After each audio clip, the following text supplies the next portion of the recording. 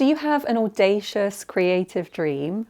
In this video, I want to explain how to set the right goal for you, how to set a meaningful goal, and the mistakes that people often make, which is the main reason that they don't achieve their dreams.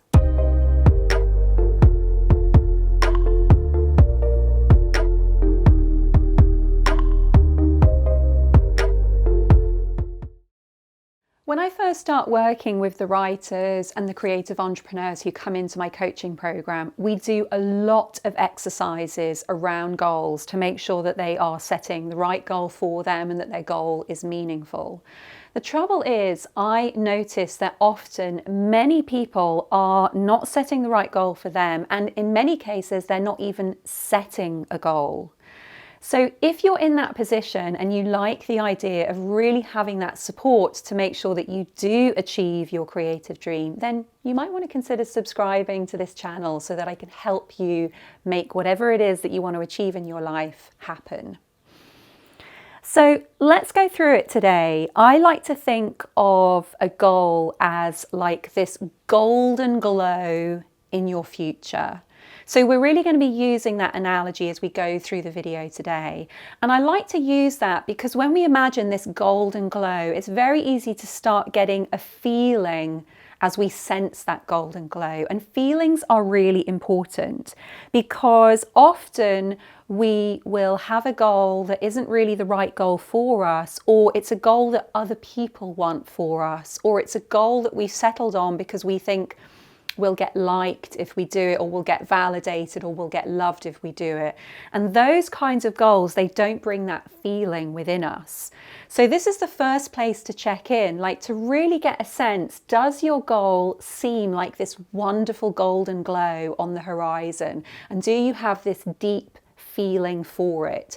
If not, then it's time to reassess your goal. It's time to really think, what do I want? What is that golden glow that's really calling me? So when we start to look at what that golden glow is, that's the what behind your goal. What do you want? What outcome are you looking for? What would you love to achieve? So the what. Now, one mistake that people make around this side of goal setting is that they often don't feel worthy for that what, or they feel quite scared about it, and so they drop it.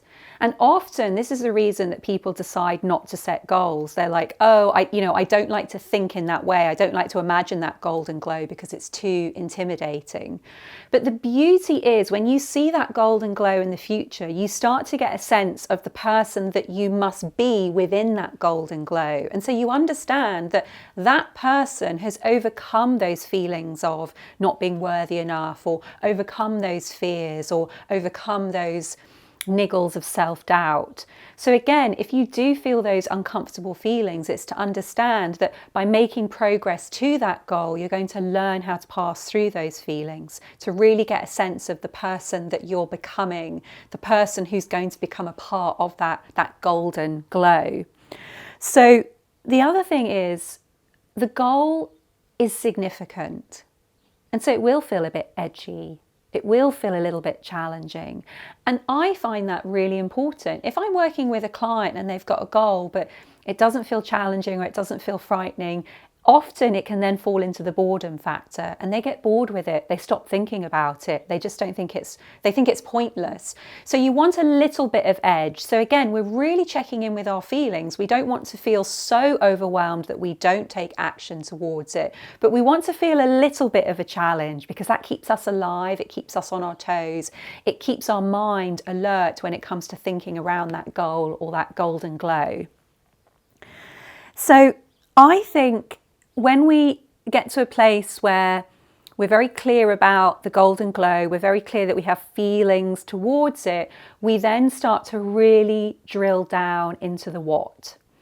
And this means that we make sure that golden glow in our future, that goal, is concrete. And this is so important, and it's another mistake that people make. I might start work with a new client who says to me that they want to have a more successful career or better relationships. But there's nothing concrete in that goal. A more successful career, like what is that? What does it look like?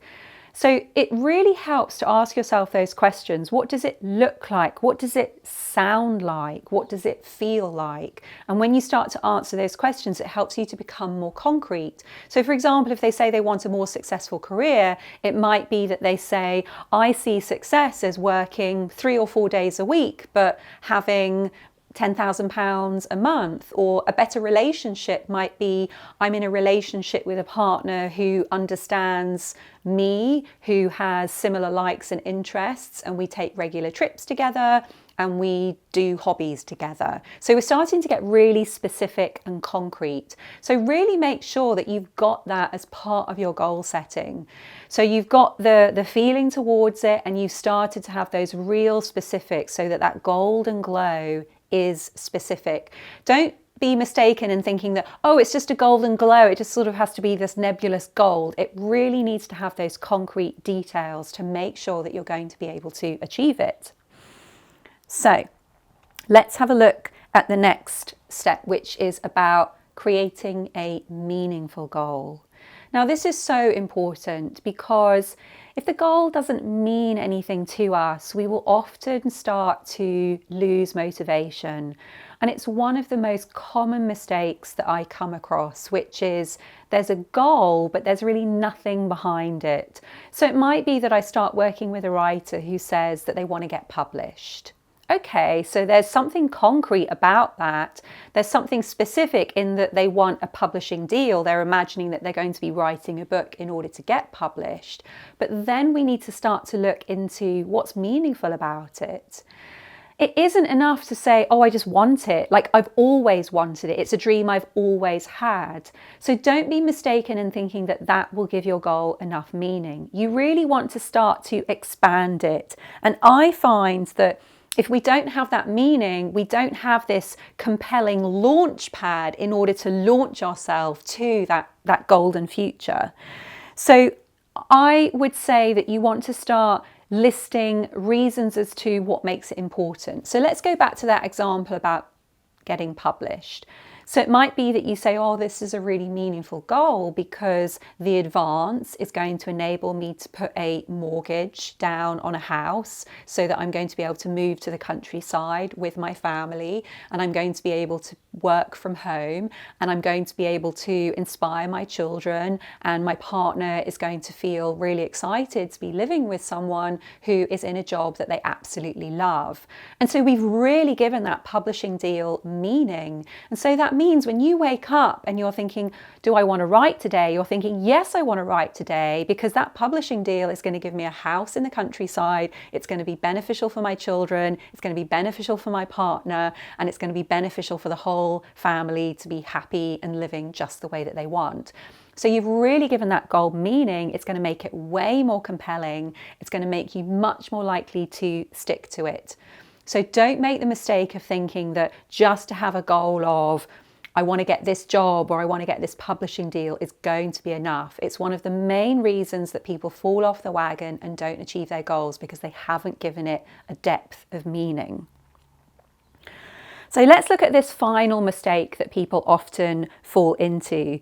They have a goal. So you've got your goal, which is, I want to have my publishing deal. You've got your meaning around it. It feels really exciting. It's your goal. It's not anybody else's goal. So the goal feels right for you, but you haven't gotten clear about the key results. So the key results are things that are going to tell you that you are making progress, that you are getting there. A really nice example is Sundar Pichai, who is the CEO of Google and Alphabet. So I'm going to take you through his key results process to really help you understand what I mean by this. So his objective or his goal or his what was to build the best browser. So that's what he wanted Google to be. So he set key results. So in 2008, he wanted to make sure that 20 million people were using Google. So it was very concrete, and it was a great way for him to measure whether he was building the best browser. So he had that goal of 20 million. So in 2008, he came to about half. There were about 10 million people who were using Google in that year. Now, often that's the point at which people give up. So they've got, my what is a publishing deal. So this year I'm going to have finished the first draft of my novel, and they get to the date and maybe they've only achieved half of it if we take Sundar's example. So his goal was to create the best browser. His key result was 20 million and he only achieved 10. So if you get halfway through your novel, often at that point people think, oh, it's not possible, I've only got halfway. Rather than be like, okay, well, I've got halfway, so where can I learn? How can I look at my key result? And how can I start to improve and to do things better? So in 2009, Sundar decided that he wanted a key result of 50 million people using Google. So he raised the bar. He kept himself motivated. He really dug into what meaning he had behind this goal. 2009, there were 35 million people who were using Google. So he's increased because his goal the previous year was 20 million. So now he's got 35 million. So you see, if you recalibrate, you reset, you redo your key result, it means the following year you haven't just written a first draft of your novel, but perhaps you've written your 5th draft of your novel and you've done your final edit and you're ready to send it to agents. So you keep setting that bar high, because often the mistake that people make is either to fall off and say, oh, I can't achieve this goal, or they reset the goal but they lower the key result. So Sundar hired the key result, he made it higher, and he kept going. In the next year, in 2010, his key result was to have 100 million people using Google.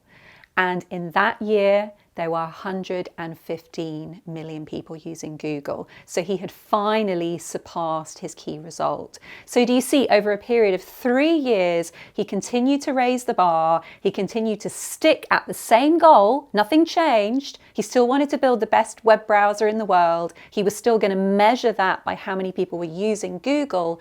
He stuck at it. He kept raising the bar. And in that 2010, he surpassed his key result. So that's really the final takeaway from this video, which is to stick at it and to keep raising that key result so that eventually you're going to surpass it. So eventually you're not just going to get a publishing deal, but perhaps you're going to get a 2-book publishing deal, or perhaps you're going to get a publishing deal with significantly more advance than you had at first anticipated. So let's just recap. First of all, what's your goal? The what? What's that golden glow? And feel free to let me know in the comments below if you want to have feedback on it. And that way I can help you make sure that it is concrete. And also it might give you an opportunity to let me know what makes that goal meaningful. Because again, that's that second component. You need to know what the goal is, but you also need to know what makes that goal meaningful. So you've got your what makes it concrete, and what makes it meaningful. And then finally, you want to make sure about your key results. So what results are going to show you that you are on the way to achieving that goal, or that you have finally achieved that goal. And if you like the idea of having this support, or having this ability to figure things out, and you are looking to build a way to create and live and earn the way that you want, then you might be interested in my free masterclass. There's a free link below and you'll be able to sign up today and you'll be able to watch the masterclass straight away. It's a free 45-minute video, and by the end of that video you're going to have so much more clarity on how you can create, live and earn just the way that you want. Really nice to share today's content with you. Hope you found loads of value from my video on goal setting, and I'm looking forward to seeing you on the sofa next Monday. Take care until then.